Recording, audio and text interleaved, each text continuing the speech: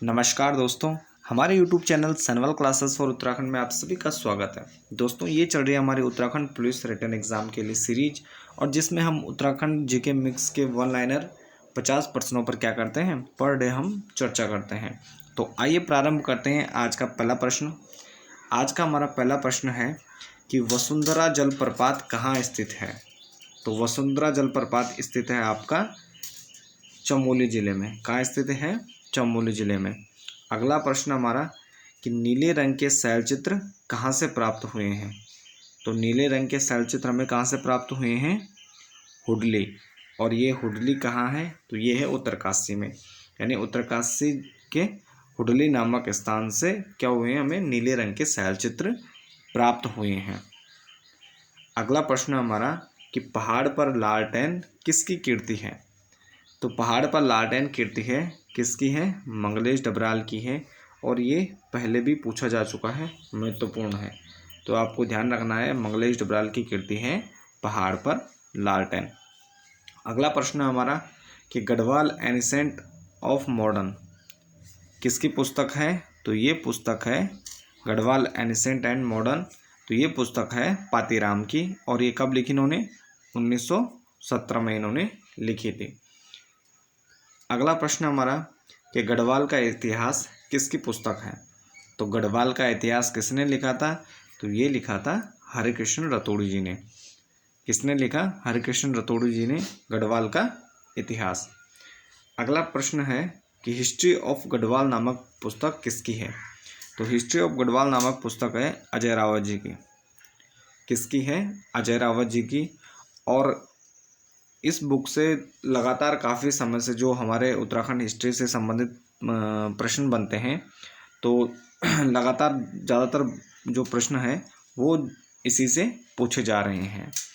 तो ये काफ़ी महत्वपूर्ण बुक है। तो हिस्ट्री ऑफ गढ़वाल किसकी पुस्तक है? तो ये है अजय रावत की। अगला प्रश्न हमारा उत्तराखंड का इतिहास 21 भाग किसकी पुस्तक है।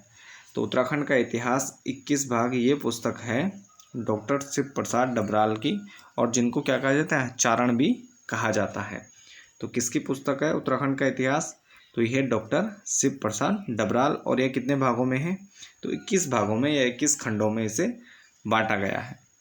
अगला प्रश्न हमारा हिमालय का इतिहास पुस्तक किसकी है। तो हिमालय का इतिहास पुस्तक है मदन चंद्र भट्ट की। किसकी है? मदन चंद्र भट्ट की है। अगला प्रश्न है होली हिमालय पुस्तक है। होली हिमालय पुस्तक है किसकी है? ई शेरमन ओकले की। किसकी है? ई शेरमन ओकले की। अगला प्रश्न है द होली हिमालय पुस्तक किसकी है। तो द होली हिमालय पुस्तक है के कुमार नित्यानंद की। किसकी है? के कुमार नित्यानंद की। ये दोनों एक जैसे प्रश्न हैं। होली हिमालय ई शेरमन ओकले, और द होली हिमालय पुस्तक क्या है? के कुमार नित्यानंद। तो ये आपको थोड़ा इसमें ध्यान रखना है। अगला प्रश्न हमारा किस मंदिर में शंख ध्वनि नहीं बजाई जाती है। तो किस मंदिर में नहीं बजाई जाती है? ये नहीं बजाई जाती है बद्रीनाथ मंदिर में। बद्रीनाथ धाम में क्या है? शंख ध्वनि नहीं बजाई जाती है। अगला प्रश्न है कि वारुणी मेला कहाँ लगता है। तो वारुणी मेला लगता है उत्तरकाशी में। वारुणी मेला कहाँ लगता है? तो वारुणी मेला लगता है उत्तरकाशी में। अगला प्रश्न हमारा कि पोंछी नामक आभूषण कहाँ पहना जाता है। तो पोंछी नामक आभूषण पहना जाता है हाथ में। और आभूषणों से भी एक प्रश्न जरूर पूछा जाता है कि कौन सा आभूषण कहाँ पहना जाता है। तो ये आपको ध्यान रखना है, पोंछी नामक आभूषण कहाँ पहना जाता है? तो ये हाथ में पहना जाता है। अगला प्रश्न हमारा कि गौचर मेले की शुरुआत कब हुई। तो गौचर मेले की शुरुआत कब होती है? 1943 में। कब होती है? 1943, और बर्नेडी द्वारा इसे शुरू कराया गया था। तो आपको ध्यान रखना है, गौचर मेले की शुरुआत कब होती है? 1943 ईस्वी में। अगला प्रश्न हमारा उत्तराखंड में आकाशवाणी केंद्रों की संख्या कितनी है। तो उत्तराखंड में आकाशवाणी जो केंद्र हैं वो वर्तमान में 2 केंद्र हैं। एक आपका पौड़ी में है और दूसरा है अल्मोड़ा में। एक पौड़ी ज़िले में है और दूसरा है अल्मोड़ा में। तो 2 केंद्र हैं वर्तमान में आकाशवाणी के। अगला प्रश्न है उत्तराखंड में आकाशवाणी रिले केंद्रों की संख्या कितनी है। तो आकाशवाणी रिले केंद्रों की संख्या है 3, यानी जहाँ से वो प्रसारित होते हैं 3 हैं, जिसमें गोपेश्वर, उत्तरकाशी और पिथौरागढ़ 3 जगहों से आकाशवाणी के जो रिले केंद्र हैं वो बनाए गए हैं। अगला प्रश्न हमारा, हिमालयन संस्कृत केंद्र कहाँ स्थित है? तो हिमालयन संस्कृत केंद्र है गढ़ी कैंट, देहरादून में। कहाँ स्थित है? गढ़ी कैंट, देहरादून में स्थित है हिमालयन संस्कृत केंद्र। अगला प्रश्न है, मोहन उप्रेती द्वारा पर्वतीय कला संस्थान की स्थापना कहाँ की गई? तो मोहन उप्रेती जी द्वारा पर्वतीय कला संस्थान की स्थापना की जाती है 1968 में, और ये कहाँ की जाती है? ये की जाती है दिल्ली में। तो ये आपको ध्यान रखना है कि इनके द्वारा उत्तराखंड में पर्वतीय कला संस्थान की स्थापना नहीं की गई थी। ये कहाँ की गई थी? तो ये दिल्ली में की गई थी। इसके बाद हमारा अगला क्वेश्चन है, लोक कला संस्थान कहाँ स्थित है? तो लोक कला संस्थान स्थित है अल्मोड़ा में। कहाँ स्थित है लोक कला संस्थान? तो ये स्थित है अल्मोड़ा में। अगला प्रश्न है, लोक संस्कृत संग्रहालय कहाँ स्थित है? लोक संस्कृत संग्रहालय कहाँ स्थित है? तो लोक संस्कृत संग्रहालय स्थित है हमारा खुटानी, भीमताल में। और इसकी स्थापना किसने की थी? तो 1983 में इसकी स्थापना की थी यशोधर मठपाल जी ने। किसने की थी? यशोधर मठपाल जी ने 1983 में लोक संस्कृत संग्रहालय की स्थापना की खुटानी, भीमताल यानी नैनीताल के क्षेत्र में।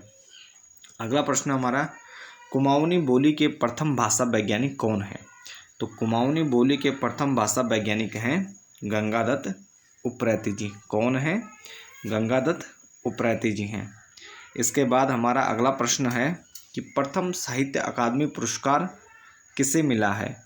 तो उत्तराखंड में प्रथम साहित्य अकादमी पुरस्कार मिला है रस्किन बॉन्ड को। किसको मिला है? रस्किन बॉन्ड को मिला है। ये कब मिला? 1992 में, और इंग्लिश लिटरेचर के लिए इन्हें यह पुरस्कार दिया गया है। अगला प्रश्न है हमारा, प्रथम ज्ञानपीठ पुरस्कार प्राप्त करता है? तो उत्तराखंड में प्रथम ज्ञानपीठ पुरस्कार प्राप्त करता है हमारे सुमित्रा नंदन पंत जी, और इनको इनकी कीर्ति चिदम्बरा के लिए 1968 में क्या है? प्रथम ज्ञानपीठ सम्मान पुरस्कार दिया गया। इसके बाद अगला प्रश्न है, प्रथम रेमन मैग्सेसे पुरस्कार प्राप्त करता है? यानी प्रथम रेमन मैग्सेसे पुरस्कार किसे दिया गया? तो ये मिला है उत्तराखंड में चंडी प्रसाद भट्ट जी को, और ये कब मिला? 1982 में। चंडी प्रसाद भट्ट जी 1982 में। द्वितीय रेमन मैग्सेसे पुरस्कार प्राप्त करता है? तो उत्तराखंड में द्वितीय रेमन मैग्सेसे पुरस्कार प्राप्त करता कौन है? तो ये हैं दीप जोशी, और इनको कब मिला? इनको 2009 में मिला ये, और ये समाज सेवा के क्षेत्र से जुड़े हुए हैं। अगला प्रश्न हमारा, इलेक्ट्रॉनिक एवं टेलीफोन फैक्ट्री कहाँ स्थित है? तो इलेक्ट्रॉनिक एवं टेलीफोन फैक्ट्री स्थित है भीमताल में। ये आता है नैनीताल जिले में। तो इलेक्ट्रॉनिक एवं टेलीफोन फैक्ट्री कहाँ स्थित है? तो ये है भीमताल में। अगला प्रश्न है, भारतीय इलेक्ट्रॉनिक कहाँ है? तो ये स्थित है कोटद्वार में, और ये पौड़ी जिले में आता है। तो कहाँ स्थित है भारतीय इलेक्ट्रॉनिक? कोटद्वार में। अगला क्वेश्चन है, भारत का हैवी इलेक्ट्रॉनिक कहाँ स्थित है? तो हैवी इलेक्ट्रॉनिक है हरिद्वार में। कहाँ है? हरिद्वार में। अगला प्रश्न है, इलेक्ट्रॉनिक उद्योग कहाँ स्थित हैं? तो इलेक्ट्रॉनिक उद्योग हैं लैंसडाउन में। अगला प्रश्न है, फल संरक्षण केंद्र कहाँ स्थित है? तो फल संरक्षण केंद्र है आपका रामगढ़ में, और ये आता है नैनीताल में। यानी नैनीताल के रामगढ़ में फल संरक्षण केंद्र स्थित है। इसके बाद उत्तराखंड के कैबिनेट मंत्री। तो उत्तराखंड में वर्तमान में जो कैबिनेट मंत्री हैं उनकी बात करें, उनके पास कौन कौन से विभाग हैं? तो आबकारी, सचिवालय, प्रशासन और पेयजल मंत्री। आबकारी, सचिवालय, प्रशासन और पेयजल मंत्री, यानी ये जो प्रमुख विभाग हैं तो ये हैं पुष्कर सिंह धामी, यानी जो हमारे वर्तमान में मुख्यमंत्री हैं। तो इनके पास इनके साथ ही 23 विभाग, कुल कितने हैं?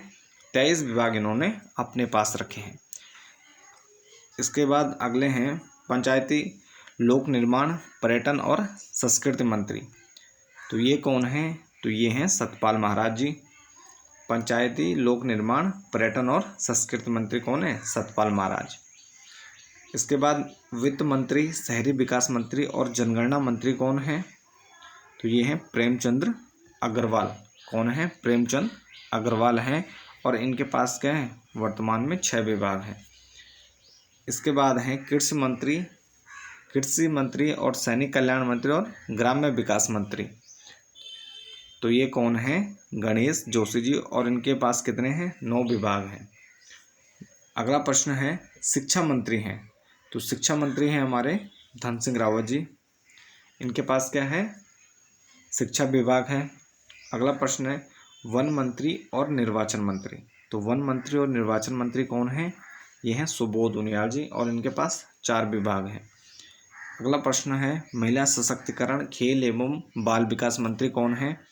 तो महिला सशक्तिकरण एवं खेल एवं बाल विकास मंत्री हैं रेखा आर्य। कौन है? रेखा आर्य। और इनके पास कितने? 4 विभाग हैं।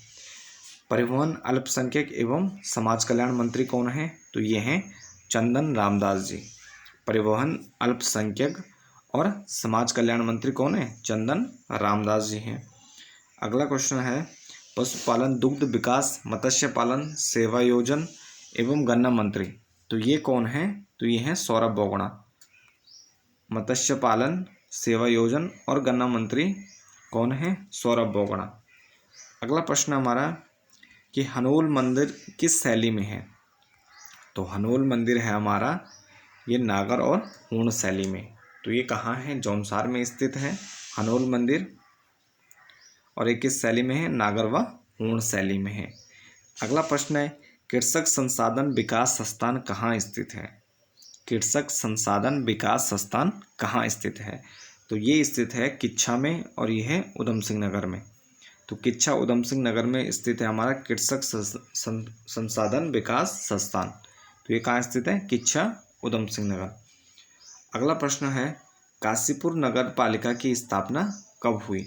तो काशीपुर नगर पालिका की स्थापना होती है 1872 ईस्वी में। कब होती है? 1872 ईस्वी में। इसके बाद अगला प्रश्न है कि रुद्रपुर किन नदी के तट पर स्थित है? जो रुद्रपुर है उधम सिंह नगर में, तो वो किस नदी के तट पर स्थित है? तो ये है कल्याणी नदी। कौन सी नदी है? कल्याणी नदी के तट पर स्थित है हमारा रुद्रपुर। उसके बाद नेक्स्ट क्वेश्चन है चिरकिला बांध कहाँ स्थित है? तो चिरकिला बांध स्थित है धारचूला पिथौरागढ़ में। कहाँ स्थित है? धारचूला पिथौरागढ़ में। इसके बाद अगला प्रश्न है कि श्रीदेव सुमन जी का जन्म कब हुआ था? तो श्रीदेव सुमन जी का जन्म हुआ 25 मई 1916 को जौलगांव टिहरी जिले में। 25 मई 1916 को इनका जन्म होता है जौलगांव टिहरी जिले में। इसके बाद अगला प्रश्न है कि श्रीदेव सुमन जी कब शहीद हुए थे? तो श्रीदेव सुमन शहीद हुए थे 25 जुलाई 1944 को। और ये 84 दिनों तक इन्होंने भूख हड़ताल की थी। जो टिहरी में राजशाही थी उसके विरुद्ध इन्होंने क्या की? भूख हड़ताल की 84 दिन तक। और उसके बाद ये शहीद हो गए थे। अगला प्रश्न है कि श्रीदेव सुमन जी के पिता का क्या नाम था? तो इनके पिता का नाम था हरिराम बडोनी, जो कहते एक वैद्य थे। अगला प्रश्न है कि श्रीदेव सुमन जी की माता का नाम क्या था? तो श्रीदेव सुमन जी की माता का नाम था तारा देवी। क्या था? तारा देवी। अगला प्रश्न है श्रीदेव सुमन जी की पत्नी का क्या नाम था? तो श्रीदेव सुमन जी की पत्नी का नाम था विनय लक्ष्मी सुमन। क्या था? विनय लक्ष्मी सुमन। और आज का ये अंतिम प्रश्न है कि उत्तराखंड टिहरी में प्रथम कृषि बैंक की स्थापना कब हुई? तो उत्तराखंड टिहरी में यानी जो टिहरी रियासत थी तो उसमें कृषि बैंक की स्थापना की जाती है 1920 ईस्वी में। और 1920 ईस्वी में वहाँ पर शासन रहता है किसका? नरेंद्र शाह का। यानी नरेंद्र शाह के शासनकाल में 1920 ईस्वी में टिहरी में प्रथम कृषि बैंक की स्थापना की जाती है। तो ये थे हमारे आज के 50%। और इसके साथ ही इस वीडियो को यहीं पर समाप्त करते हैं। बने रहें चैनल के साथ। मिलते हैं नेक्स्ट टॉपिक नेक्स्ट वीडियो के साथ। धन्यवाद।